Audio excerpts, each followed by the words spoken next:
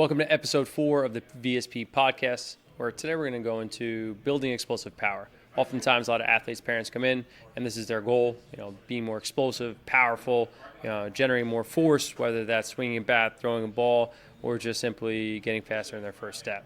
So today we're going to dive into 5 different ways we build explosive power here at VSP. Let's rock.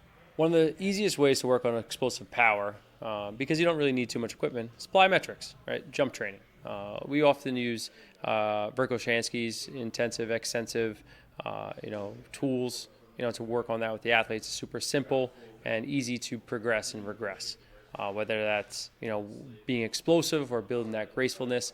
And no matter what you're trying to do, you're looking to improve that stretch shortening cycle, right? Getting them to be more elastic, use less energy to be explosive, to be powerful, to bounce off the feet, whether it's in change of direction, jumping, swinging a bat, like I said before.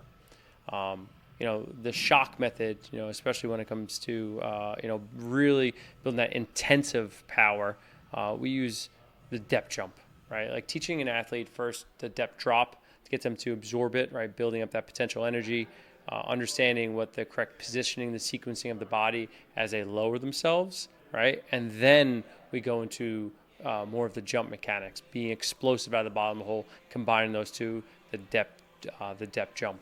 Not an easy exercise to perform, especially for younger athletes at first.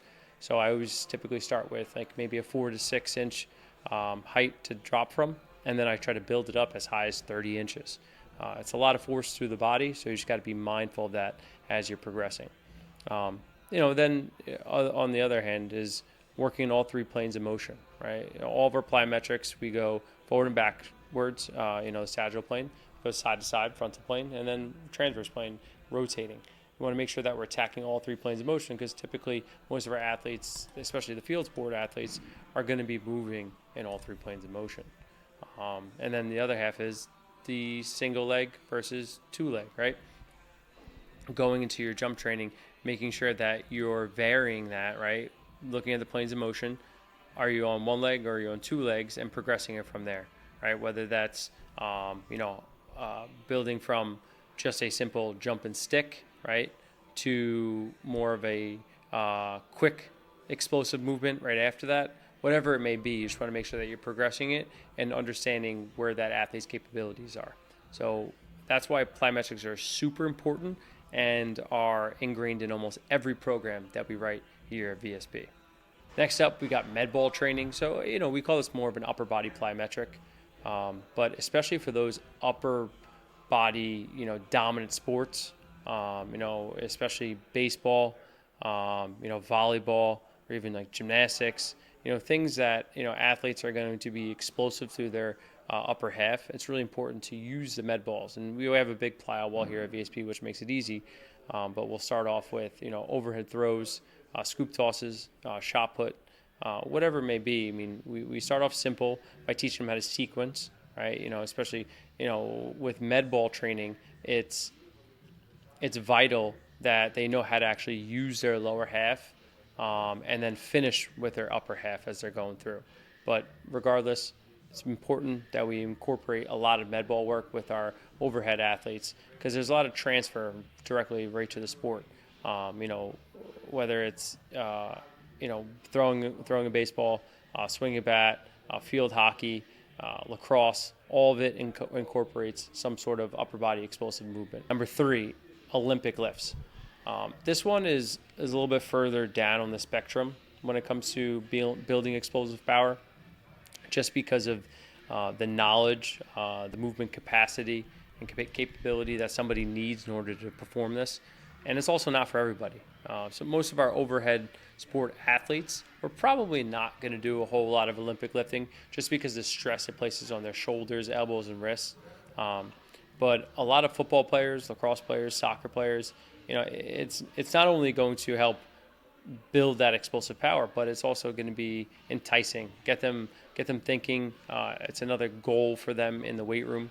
And as long as it's done properly, it's effective, right? You can get somebody very, very explosive by teaching them how to Olympic lift because it's sequencing, right? It's just oftentimes you see a lot of athletes perform this and they're doing more of a reverse curl, right? They're using their upper body too much, or they're letting that bar get way out in front of them, and they're catching way in front of their body, or they're trying to just do anything that they possibly can using every ounce of mobility to get under the bar, where that's not always necessarily the goal. When we do Olympic lifts here, it's important that we are intentful. We understand why we're doing it, and we're not chasing numbers. I don't care about it. I want the sequencing to be done right. So we'll typically start off with, a hang high pull, right? Just getting them to use their lower half to make that bar become weightless. And then as they get the range of motion and the movement capability to get those elbows underneath the bar, then we'll start to introduce, a hang power clean, and so on and so forth. But the Olympic lifts definitely are a tool that we use here to build explosive power, but definitely not the first step in order to do that. Next up, we got kettlebells. Why I love kettlebells is they're super versatile, and you don't need a ton of weight or a ton of room in order to do it. Building a proper kettlebell swing, similar to the Olympic lift, is going to teach that athlete how to sequence properly. Using those hips to generate that power and letting the upper body come along for the ride is super important. But again, there's a lot of technique with the kettlebell swing, so it does take time for an athlete to learn how to do that. And you can't just say, hey, start swinging the kettlebell, because they're probably going to crank on that lower back. Whether they're, older or younger. A lot of times people, struggle with, being intentful behind it. So you just have to be super mindful when you're starting to introduce the kettlebell training. But, we start with kettlebell swings, we'll do hang cleans, and we'll progress all the way to snatches. And then you could do, different sequencing with that, whether it's with, swings into cleans, then into snatches, and then you can get fun with it with presses and rows. So it's definitely a useful tool to help build explosive power. Next up, we have velocity-based training. We love it because it holds the athlete accountable.